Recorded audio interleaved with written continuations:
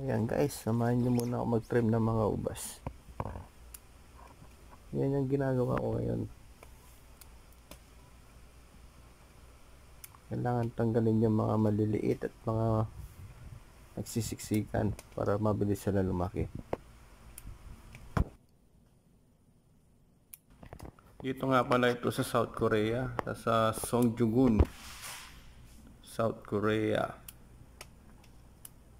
Hindi lang naman yan ang trabaho namin, may mga tsame din kami. Nagtatanim din kami ng mga palay. Ayan yung mga ginagawa namin. Mabigat yung trabaho pero kailangan laban lang.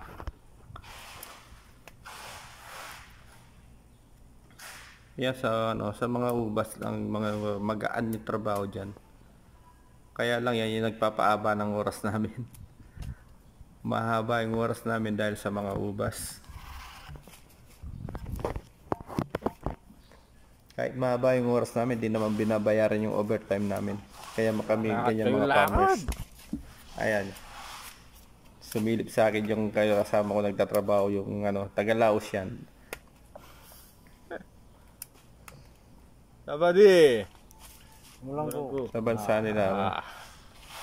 Sa Laos. Yung sabading buko lang rin eh. Ako magobra. Mag-uusap kami sa inyasan lang. Ayan. Bawas-bawas lang ng bunga para maluwag. Bolang kayo. Ayan